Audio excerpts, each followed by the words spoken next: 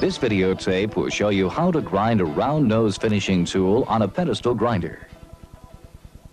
A left-hand round nose finishing tool is used for facing large diameters or for straight turning with the tool fed from headstock to tailstock.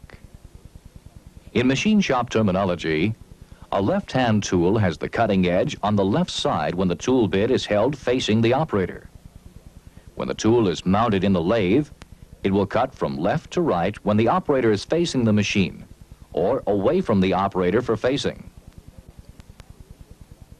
A properly ground left-hand round nose finishing tool looks like this.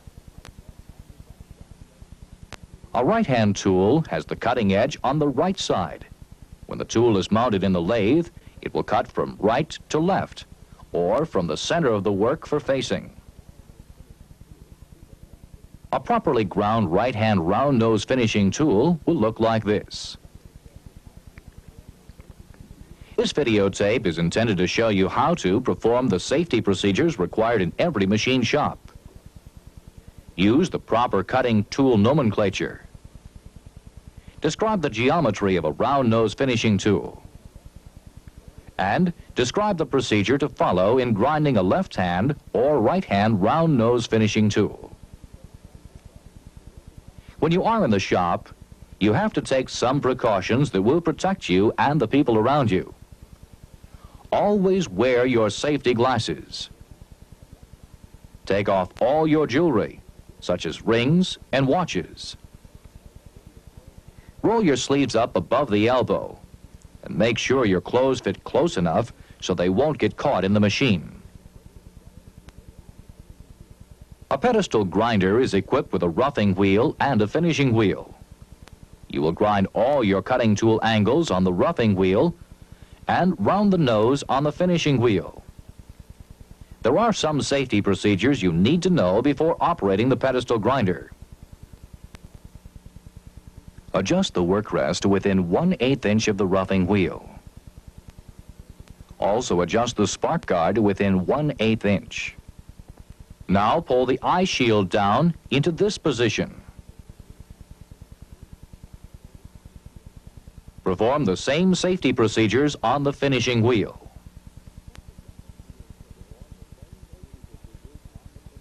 Next, check the roughing wheel surface to see that it is flat.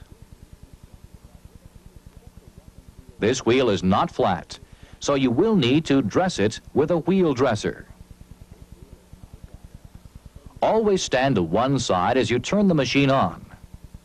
This is done so that you will be out of the way should a piece fly off the grinding wheel. Hold the wheel dresser firmly with both hands and move it against the wheel like this. Turn the grinder off and check the wheel surface for flatness. When the wheel is flat, you are ready to begin grinding your tool blank into a left-hand round nose finishing tool. Before you actually begin grinding, let's show the angles to be ground with this model. The first two angles to be ground will be the side cutting edge angle and the side relief angle. By properly holding the tool blank, both of these angles can be ground at the same time. As you can see on the model, the side cutting edge angle of 10 to 20 degrees will be removed from the white side of the blank and also from the blue end.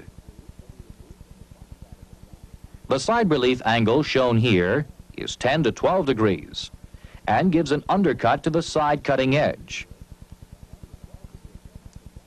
Now let's grind these surfaces. Stand to the side as you turn on the grinder and place your hands on the blank like this. Turn the blank so the line representing the side cutting edge angle is parallel to the grinding wheel surface.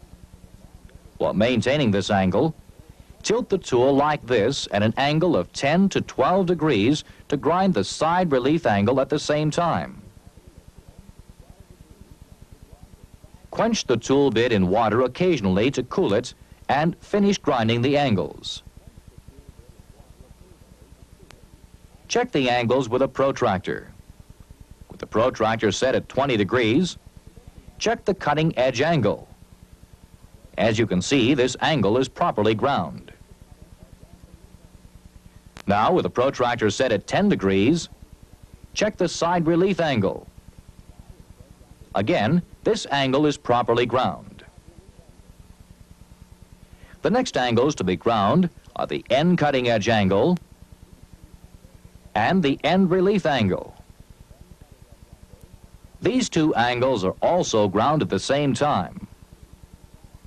On the model, you see the proper end cutting edge angle of 58 degrees to the side cutting edge angle. The end relief angle, which undercuts the end cutting edge, should be approximately 24 degrees. This end relief angle at 24 degrees is more extreme than the side relief angle because the tool holder tilts the tool at 14.5 degrees, leaving an end relief angle of approximately 10 degrees. Turn the blank so that the line representing the 58-degree angle between the side cutting edge and the end cutting edge is parallel to the surface of the grinding wheel. While maintaining this angle, tilt the tool like this to a 24-degree angle. Now, grind these angles.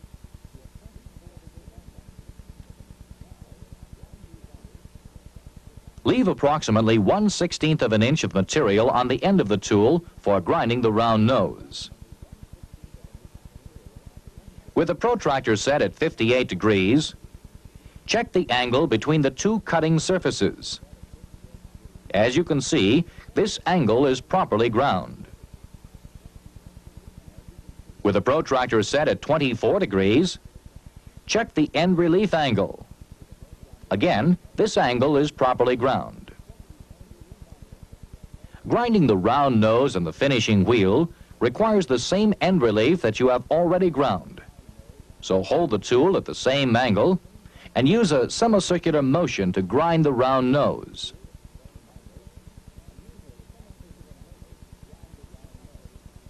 The round nose should blend into the side relief angle and the end relief angle. Check the relief angle of the round nose with a protractor set at 24 degrees. You are now ready to complete the grinding of the tool by grinding the side rake and back rake angles on the top of the blank. As you see on the model, the side rake angle slopes away from the side cutting edge and the back rake slopes away from the front cutting edge. The side rake angle for turning machine steel is 12 to 18 degrees. And the back rake angle is 8 to 15 degrees. When you grind back rake, remember that the tool bit is secured in the tool holder at a 14-degree angle. So to get a back rake of 8 degrees, you will be grinding at a 6-degree angle. Hold the bit up to the wheel with the cutting edge up and the top of the bit next to the wheel. Turn the end of the tool bit slightly away from the wheel to form the 6-degree back rake. Tilt the bit slightly to form 12 degrees of side rake.